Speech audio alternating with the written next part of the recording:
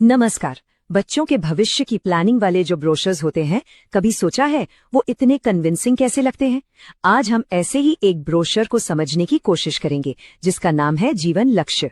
देखते हैं कि इसमें आखिर क्या है। तो चलिए देखते हैं इसमें क्या क्या है। सबसे पहले हम बात करेंगे उस चिंता की जिसे ये ब्रोशर सबसे पहले सामने रखता है। फिर इसका जो सोल्यूशन है, जीवन लक्ष्य, उसे समझेंगे। ये भी जानेंगे कि भाई ये प्लान काम कैसे करता है, इसे बेचने के लिए क्या क्या तर्क दिए जाते हैं, और हाँ, एक बहुत पॉपुलर सरकारी स्कीम के सामने इसकी क्या जगह है। और आखिर में एक सोचने वाली बात। अच्छा, तो ब्रोशर खुलते ही सबसे पहले एक चिंता सामने आती है। ये सीधे सीधे उस नस पर हाथ रखता है जो आजकल हर माँ बाप को परेशान करती है, और वो है बच्चों की पढ़ाई का बढ़ता हुआ खर्चा। और ये देखिए, ब्रोशर की शुरुआत ही एक चौंकाने वाले नंबर से होती है। जरा सोचिए, जो मेडिकल की पढ़ाई आज 30 लाख रुपए की है, 18 साल बाद वही पढ़ाई 1.2 करोड़ रुपए की हो सकती है। मतलब ये वाकई में एक जबरदस्त उछाल है। और ऐसा नहीं है कि ये बात सिर्फ मेडिकल की हो रही है। जैसा कि हम यहाँ देख सकते हैं, ब्रोशर इंजीनियरिंग जैसे दूसरे फील्ड्स के लिए भी बिल्कुल वैसा ही प्रोजेक्शन दिखा रहा है। इससे होता क्या है, वो जो डर है ना, वो और भी बड़ा और असल लगने लगता है।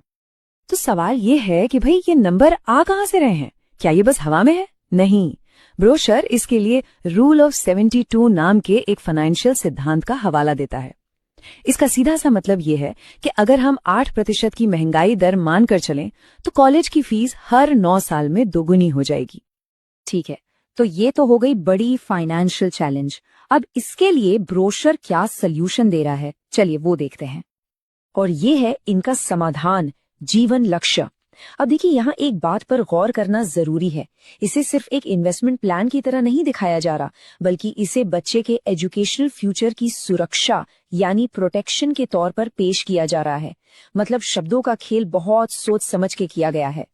तो सवाल यह है कि आखिर ये प्लान काम करता कैसे है? ब्रोशर इसके जो मेन फीचर्स हैं वो कुछ इस तरह से बताता है। अब इस स्लाइड में जो सबसे दिलचस्प चीज है वो है इसका प्रीमियम पेइंग टर्म। ये पूरी पॉलिसी टर्म से 3 साल कम है। इसका मतलब क्या हुआ? इसका मतलब ये हुआ कि मैच्योरिटी से 3 साल पहले ही प्रीमियम भरना बंद हो जाता है। और सच कहूं तो ये सुनने में काफी अच्छा लगता है ना? अब आते हैं सबसे जरूरी बात पर, पैसा मिलेगा कैसे? तो देखिए, इस प्लान के 2 मेन आउटकम्स हैं। पहला है मैच्योरिटी बेनिफिट, मतलब अगर सब कुछ ठीक ठाक रहा और पॉलिसी पूरी हो गई तो क्या मिलेगा।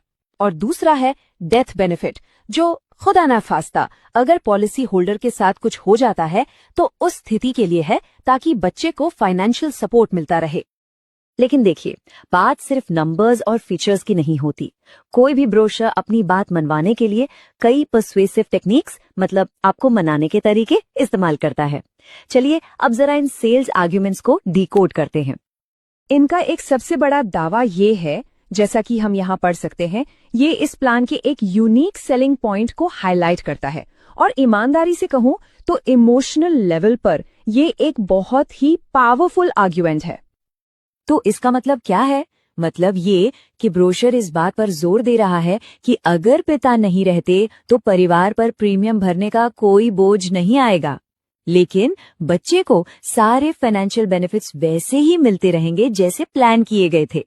इसे एक बहुत बड़े सेफ्टी नेट की तरह पेश किया गया है। देखिए, एक अच्छा सेल्स ब्रोशर हमेशा वो होता है जो कस्टमर के मन में उठने वाले सवालों का पहले से ही अंदाजा लगा ले, और ये ब्रोशर भी बिल्कुल वही काम करता है। और इसका जो जवाब दिया गया है ना, वो इंश्योरेंस के पूरे कॉन्सेप्ट को ही एक नया मोड़ दे देता है। तर्क ये है कि बीमा बच्चे का नहीं होना चाहिए बल्कि कमाने वाले का होना चाहिए। क्यों? ताकि आप रहें या ना रहें, बच्चे का भविष्य हर हाल में सुरक्षित रहे। और अपनी बात को और पक्का करने के लिए ये एक बड़ी अच्छी एनालॉजी, मतलब एक मिसाल का इस्तेमाल करता है। ये कहता है कि फाइनेंशियल प्रोडक्ट्स चुनना ये कुछ ऐसा है जैसे एक मुफ्त लेकिन जोखिम भरी छोटी नाव और एक सुरक्षित टिकट वाले बड़े जहाज के बीच चुनना। और इंश्योरेंस क्या है? इंश्योरेंस उस बड़े जहाज का टिकट है। चलिए अब देखते हैं कि ये प्लान एक बहुत ही पॉपुलर सरकारी स्कीम सुकन्या योजना के सामने कहाँ खड़ा होता है। ये टेबल इन दोनों ऑप्शंस को बिल्कुल आमने सामने रख देता है। अब यहाँ ध्यान देने वाली बात क्या है? जीवन लक्ष्य गारंटीड रिटर्न्स और इंश्योरेंस कवर की बात करता है, जो सुकन्या योजना में नहीं है। लेकिन दूसरी तरफ सुकन्या योजना की ब्याज दर बदलती रहती है, जो मार्केट के हिसाब से कभी कभी ज्यादा भी हो सकती है। और इस तुलना को और साफ करने के लिए यहाँ कुछ नंबर्स भी दिए गए हैं। जैसे एक उदाहरण है कि अगर कोई हर महीने 4,000 रुपए का प्रीमियम भरता है तो उसे मैच्योरिटी पर करीब 17 लाख रुपए मिल सकते हैं। तो इन सब बातों का निचोड़ क्या है? आखिर ये ब्रोशर हमें कौन सी कहानी सुनाने की कोशिश कर रहा है? तो कुल मिलाके ये ब्रोशर कर क्या रहा है? ये उस डर और चिंता को, जिसकी बात हमने बिल्कुल शुरू में की थी, उसे एक ठोस एक्शन में बदल रहा है। ये सीधे सीधे कह रहा है कि एक अनिश्चित भविष्य के लिए एक निश्चित समाधान खरीद लीजिए।